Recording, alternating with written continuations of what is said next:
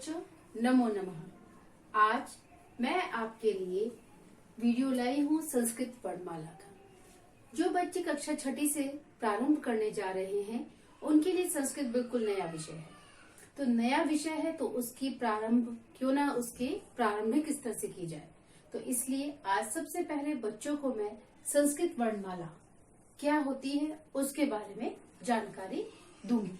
तो इसको हम अब प्रारंभ से शुरू करेंगे। प्यारे बच्चों, यह जानना आवश्यक है कि जो वर्णमाला है इसमें वर्ण क्या है। वर्ण भाषा की सबसे छोटी इकाई वर्ण है। वर्ण किसे कहा गया है? अक्षर। जो भाषा में सबसे छोटी इकाई है, सबसे छोटा जो है वह है वर्ण, यानी कि कोई भी अक्षर। कोई भी अक्षर ले लीजिए आप पूरी वर्णमाला में से। उसके बाद कई वर्णों के संयोजन से शब्द बनता है। जब वह वर्ण इकट्ठे होते हैं, जब वह अक्षर इकट्ठे होते हैं तो आपका एक शब्द बनता है। जैसे आप समझ लीजिए कलम, पुस्तक, ये क्या है? वर्णों का इकट्ठा होना, यानी एक शब्द बनना। वर्ण इकट्ठे हुए। कलम को देख लीजिए, आपका ये शब्द है कलम। इसमें आपके 3 वर्ण हैं, क, ल, म। आपके 3 वर्णों से एक शब्द बना है कलम। कई शब्दों के सार्थक प्रयोग से वाक्य बनता है।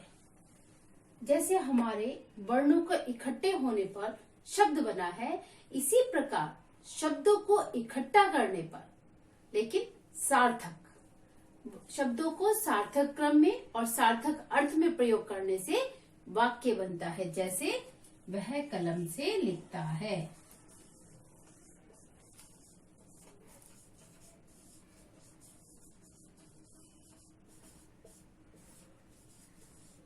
तो यहाँ पर आपके कितने शब्द हैं? 1, 2, 3, 4, 5। 5 शब्दों के संयोजन से ये आपका वाक्य बनता है। लेकिन क्या है कि जो शब्द है वह सार्थक होना चाहिए।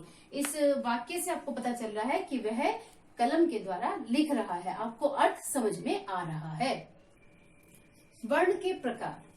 आपकी वर्णमाला आपको बताने से पहले मैं आपको बताना चाहूंगी कि वर्णमाला में भी आपके 3 भेद है, स्वर और व्यंजन और अयोगवाह। स्वर आपके इसमें बताए जाएंगे। व्यंजन है जो स्वर की सहायता से बोले जाते हैं। स्वर आपके स्वतंत्र होते हैं और अयोगवाह इन दोनों के साथ प्रयोग होते हैं। स्वर। सबसे पहले हम स्वर के बारे में चर्चा करेंगे। आपके स्वर टोटल होते हैं 13, जिसमें आपके ह्रस्व स्वर और दीर्घ स्वर होते हैं। ह्रस्व स्वर वह स्वर जिनको उच्चारण करने में कम समय लगता है, वह ह्रस्व स्वर कहलाते हैं। जैसे अ, इ, उ, री, ली। दीर्घ स्वर आपके दीर्घ स्वर हैं, जिनको उच्चारण करने में हमें थोड़ा अधिक समय लगता है। आ, ई, उ, ए, ऐ, औ, औ, री। यहाँ पर आप देख रहे हैं 2 मात्रक है, तो ये आपके दीर्घ स्वर कहलाते हैं। इस प्रकार से आपके ये स्वर ह्रस्व और दीर्घ होते हैं। वर्ण के प्रकार। इसमें अब हम देखेंगे व्यंजन। बेटा व्यंजन ये आपको याद करने बहुत जरूरी है, स्वर हो व्यंजन हो। सबसे पहले जानना है व्यंजन क्या है। व्यंजन वो वर्ण जो स्वर की सहायता से बोले जाते हैं, यानी व्यंजन स्वतंत्र नहीं होते हैं। ये जो व्यंजन है जिस पर ये हलंत लगा है, जो ये इस प्रकार का चिन्ह है, ये हलंत कहलाता है। ये देखिए यहाँ पर लगा हुआ है, ये हलंत कहलाता है। तो ये जितने भी वर्ण पर आपका हलंत लगा है, तो ये सारे वर्ण क्या है? आधे हैं, इसमें कोई स्वर नहीं है। क बोलने के लिए हमको इसमें अ करना होगा। तो ये अभी हम अगले वीडियो में देखेंगे वर्ण विच्छेद में। तो आपके जो व्यंजन है इनको हमने 5 वर्ग में बांट दिया है, कवर्ग, चवर्ग, टवर्ग, तवर्ग, पवर्ग। और इनके स्थान नियुक्त होते हैं। ये पहले स्थान, हर वर्ग का पहले स्थान का वर्ण ये है क, कवर्ग का पहला, चवर्ग का पहला च, टवर्ग का पहला ट, तवर्ग का पहला त और पवर्ग का पहला प। इसी तरह से अलग अलग अक्षर हैं आपके और 5 इनके स्थान दिए गए हैं, क, ख, ग, घ, ङ।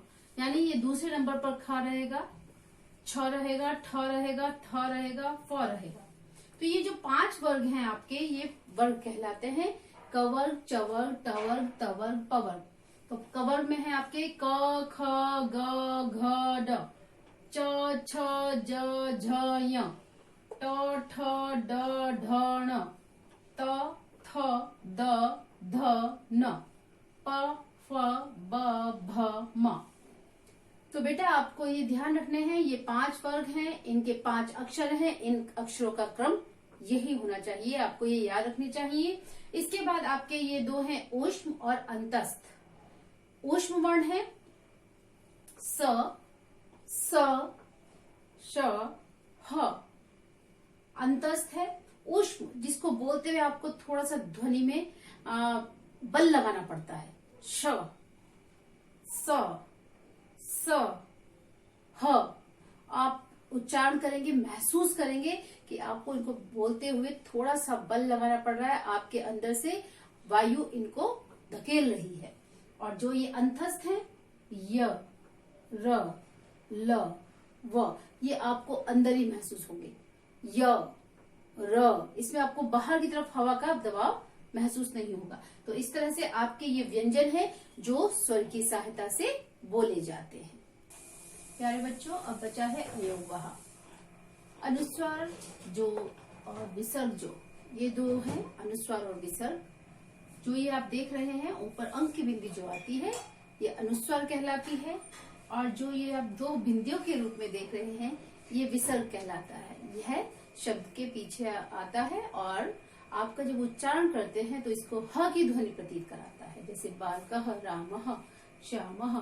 और ये आपका इस प्रकार से आपने अभी तक जो पढ़ा है, स्वर, व्यंजन, अयोगवह। स्वर आपके 13 हैं, व्यंजन में आपने 5 वर्ग, अंतस्थ, ऊष्म, सभी वर्णों का ज्ञान प्राप्त किया, और अयोगवह आपके ये 2 हैं। और जैसे कि हम पहले ही बता चुके हैं, किसी भी वर्ण में यदि ये लगा है तो इसका मतलब ये जो लगा हुआ है ये हलंत है। हलंत, इसका मतलब यह वर्ण आधा है। अगली वीडियो में आपको हम वर्ण विच्छेद, वर्ण विन्यास करना सिखाएंगे। आपको यह वीडियो पसंद आती है तो आप इसको लाइक, शेयर एंड सब्सक्राइब अवश्य करें बच्चों। धन्यवाद।